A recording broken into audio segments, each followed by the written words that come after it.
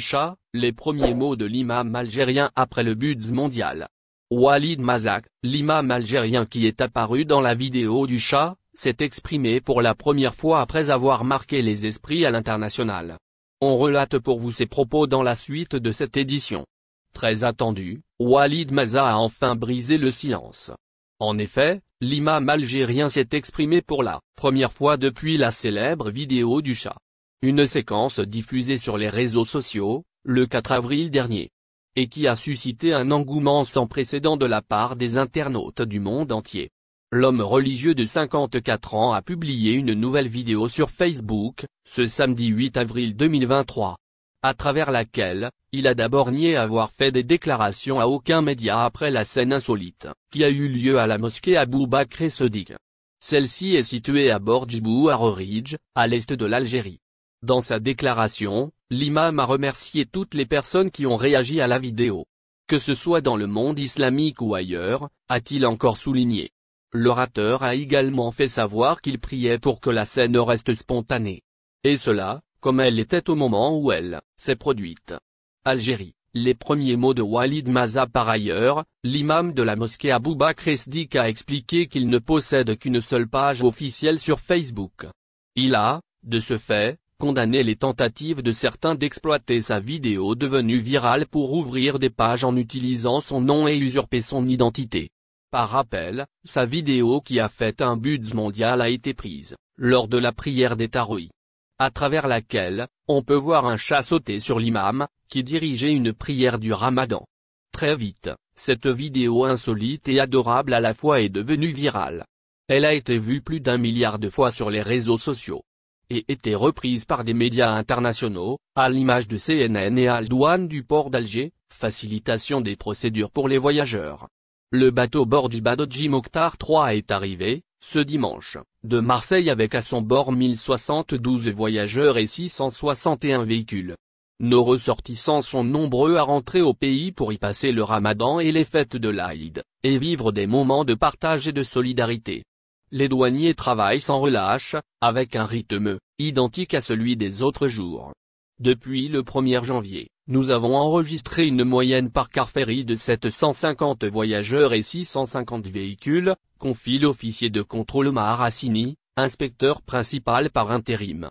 Beaucoup de voyageurs se disent satisfaits des procédures de contrôle qui se font à l'intérieur du bateau au cours de la traversée pour faciliter la sortie désormais plus rapide. Les douaniers vérifient les documents des passagers, ceux des véhicules en plus des bagages. À l'arrivée du navire, chefs et agents sont mobilisés. Au total, plus de 120 douaniers sont répartis en plusieurs brigades. Aux passagers qui se plaignent des lenteurs, Hassini se veut précis et rappelle le souci de faciliter les procédures au niveau du port. Suite aux instructions des autorités supérieures et de la Direction générale des douanes, nous consacrons 3 couloirs aux voyageurs. Le couloir vert est réservé aux familles, personnes à besoins spécifiques, personnes âgées et voyageurs résidant à l'étranger qui viennent une fois par an. Les 2 autres sont destinés aux autres voyageurs qui sont par contre soumis à un contrôle rigoureux et approfondi. À la salle des arrivées, les voyageurs débarquent sans véhicule. 3 grands scanners sont installés pour un contrôle efficace et rapide.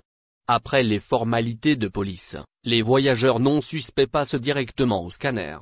Les voyageurs suspects sont par contre signalés à un inspecteur. Il existe, nous dit-on, 3 terminaux pour les véhicules.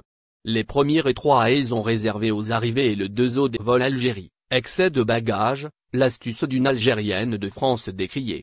La question de l'excédent de bagages sur les vols vers l'Algérie est une source de stress pour de nombreux voyageurs. Le coût des kilos supplémentaires peut rapidement devenir un gouffre financier. Dans ce contexte, l'astuce d'une jeune ressortissante algérienne établie en France a suscité un grand intérêt sur les réseaux sociaux. Cependant, cette astuce a également été critiquée pour des raisons de sécurité et d'éthique. D'une part, il est vrai que l'utilisation d'un oreiller pour transporter des vêtements supplémentaires peut sembler une solution astucieuse pour éviter les frais supplémentaires de bagages. Cependant, cette astuce comporte également des risques.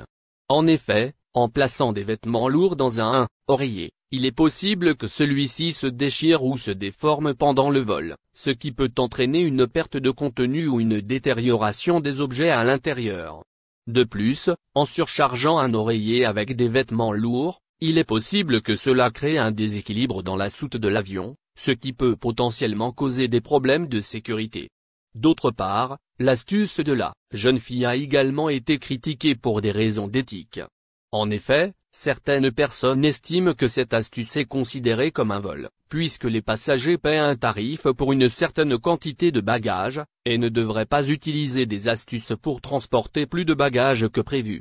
Cela peut être considéré comme une tricherie ou une violation de la réglementation, car les compagnies aériennes doivent respecter les règles et les normes de sécurité en matière de transport de bagages. Cette astuce a donc valu à la jeune fille d'acerbes critiques. Si tout le monde procède ainsi, les avions risquent de faire des crashs, a réagi une jeune fille. Prenez ce qu'il faut et puis c'est tout. Ainsi, vous n'aurez pas d'excès de bagages, a conseillé un jeune homme. Cela constitue un danger pour les autres passagers, mais aussi c'est du volume, c'est un péché, a commenté un internaute. En fin de compte, il est important de rappeler que les astuces de voyage doivent être utilisées avec précaution et bon sens. Les passagers ne doivent pas utiliser des astuces qui peuvent mettre en danger leur sécurité ou celle des autres passagers. En outre, les astuces de voyage ne doivent pas être utilisées pour éviter de payer des frais de bagages, car cela peut être considéré comme une forme de supporter algérien éborgné à Lyon. L'État ne sera pas condamné.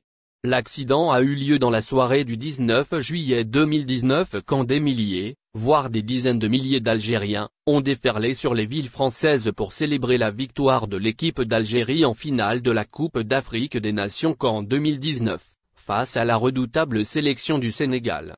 Sofiane faisait partie des centaines de personnes sorties fêter le sacre africain des Fennecs dans la ville de Lyon.